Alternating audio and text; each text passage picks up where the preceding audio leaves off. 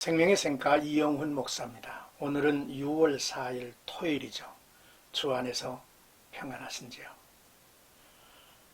우리는 히브리서를 묵상해 오는데 29번째 시간 12장 1절부터 13절까지 믿음의 경주자라는 주제입니다. 히브리서 기자는 믿음과 오래 참음으로써 하나님의 약속을 기업으로 받은 구약의 성도들을 믿음의 본으로 삼아서 계속 신앙생활을 잘 하도록 당부합니다. 이 당부의 핵심은 배교하지 말고 신앙을 잘 지켜가라고 하는 내용이죠. 먼저 1절에서 3절까지는 예수를 바라보는 경주자라는 내용입니다. 이러므로 우리에게 구름같이 둘러싼 허다한 증인들이 있으니 모든 무거운 것과 얽매기 쉬운 죄를 벗어버리고 인내로서 우리 앞에 당한 경주를 하며 믿음의 주여 또 온전하게 하시는 이인 예수를 바라보자. 그는 그 앞에 있는 기쁨을 위하여 십자가를 참으사 부끄러움을 개의치 아니하시더니 하나님 보좌 우편에 앉으셨느니라. 너희가 피곤하여 낙심하지 않기 위하여 죄인들이 이같이 자기에게 거역한 일을 참으신 일을 생각하라 했습니다. 히브리서 기자는 당시 원형 경기장에서 허다한 관중이 보는 가운데 운동선수가 경주하는 것을 비유로 들어 바람직한 신앙의 태도를 설명합니다. 신앙의 삶을 경주로 비유하는 것은 믿는 이의 삶은 모든 인생고와 죄의 장애물을 넘어서 하나님께 달려가는 과정이기 때문입니다. 또한 경주를 하지 않고서는 그리스도의 영광에 이르지 못하기 때문이죠. 그러므로 선수는 무거운 것을 벗어버려야 합니다. 영적 장애물들이죠. 세상 것에 집착하는 욕심과 인생의 고민, 신앙에서 의문의 율법 등을 말할 것입니다. 또한 선수는 얽매기 쉬운 죄를 벗어버려야 합니다. 주위에 위치한 죄, 즉 우리 주변을 에워싸고 있는 죄의 유혹을 떨쳐버려야 한다는 말씀이죠. 이 경주의 목표는 믿음을 시작하신 믿음의 주이고 믿음을 완성하신 온전케 하시는 이인 예수이십니다. 그는 앞에 있는 기쁨을 위하여 십자가를 참으사 부끄러움을 개의치 아니하시더니 하나님 보좌 우편에 앉으신 분이시죠. 성도는 예수를 목표로 하고 본서에서 중요하게 언급되는 신앙의 덕목인 인내로서 믿음의 경주를 하도록 권합니다. 인내라고 하는 것은 소극적으로 참고 견디는 것이지만 적극적으로는 극복하고 이겨가는 것을 말하죠. 주님께서 불신과 물질 만능의 시대에 사는 우리도 주님을 생각하며 앞에 있는 기쁨을 보게 해 주시고 참을 힘을 주시고 담대하여 부끄러운 마음을 떨치며 빛의 아들들로 드러나기를 소원합니다. 이제 4절에서 9절까지는 아버지의 징계를 받는 참아들이라는 내용입니다. 너희가 죄와 싸우되 아직 피 흘리기까지는 대항하지 아니하고 또 아들들에게 권하는 것 같이 너희에게 권하신 말씀도 잊었도다. 일러스되 내 아들아 주의 징계하심을 경여기지 말며 그에게 꾸지람을 받을 때에 낙심하지 말라.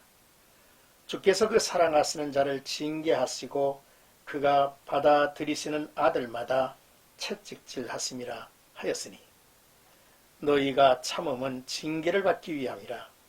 하나님이 아들과 같이 너희를 대우하시나니 어찌 아버지가 징계하지 않는 아들이 있으리요. 징계는 다 받는 것이거늘 너희에게 없으면 사생자요 친아들이 아니니라. 또 우리 육신의 아버지가 우리를 징계하여도 공경하였거든 하물며 모든 영의 아버지께 더욱 복종하며 살려하지 않겠느냐 했습니다. 앞달락이 그리스도의 삶을 모범으로 하여 신앙생활을 하는 중 당하게 되는 각종 고난을 인내하라는 인내에 대한 원론적 권면이었다면 본달락은 비유를 달리하지요. 1절에서 3절까지 성도의 신앙 여정을 경주에 비유했는데 이제 성도의 영적 투쟁을 격투에 비유합니다. 히브리서 기자는 본서의 수신자들이 죽음을 무릅쓰고 철저히 대항하지 못하고 있음을 지적하죠. 이 편지의 수신자들은 이미 환난을 경험했고 앞으로도 그들에게 커다란 환난이 예상되죠. 대대적인 핍박 속에서 그들은 위태롭게 흔들리고 있습니다. 그들은 점점 하나님의 사랑을 의심하는 쪽으로 기우는 중이죠. 배교의 위험 앞에 놓인 그들에게 기자는 잠언 3장 11절에서 12절을 인용하여 환난에 대한 새로운 관점, 곧 핍박과 고난이 지닌 신앙의 의미를 기억하게 합니다. 내 아들아, 주의 징계하심을 경히 여기지 말며 그에게 꾸지람을 받을 때에 낙심하지 말라. 주께서 그 사랑하시는 자를 징계하시고 그가 받아들이시는 아들마다 채찍질하심이라 하셨죠. 하나님과 성도는 아버지와 아들의 관계입니다. 환난은 아들에 대한 아버지의 징계로서 징계는 내가 하나님의 아들이라는 명백한 증거이기도 하죠. 징계 없이 아들은 제대로 자랄 수 없습니다. 하나님은 자기의 아들이 아닌 자들의 심판은 세상 끝날까지 미루시지만 아들들은 즉각 반응하시고 책망하시죠. 징계는 아들을 진정으로 사랑하는 아버지의 성품을 드러냅니다. 한마디로 징계는 유익하죠. 징계를 받는 시간은 정금을 만드는 시간이 될 것입니다. 이제 10절에서 13절까지는 우리로 의와 평강의 열매를 맺게 하시는 뜻이라는 내용입니다. 그들은 잠시 자기의 뜻대로 우리를 징계하였거니와 오직 하나님은 우리의 유익을 위하여 그의 거룩하심에 참여하게 하시느니라. 무릇 징계가 당시에는 즐거워 보이지 않고 슬퍼 보이나 후에 그로 말미암아 연단을 받은 자들은 의와 평강의 열매를 맺느니라. 그러므로 피곤한 손과 연약한 무릎을 일으켜 세우고 너의 발을 위하여 곧은 길을 만들어 저는 다리로 하여금 어그러지지 않고 고침을 받게 하라 했습니다. 우리를 낳아 길러주시는 육신의 부모들은 자기의 믿는 바 선한 뜻에서 징계하죠. 그런 하나님은 확실한 목적, 우리를 온전케 하여 주님의 거룩함에 이르게 하신다는 것입니다. 징계는 내가 실패했다는 증거가 아니죠. 징계는 온전히 거룩함으로 가는 길입니다. 징계가 당시에는 즐거워 보이지 않고 슬퍼 보이죠. 그러나 징계를 달게 받은 성도는 의와 평강의 열매를 맺는다 했습니다.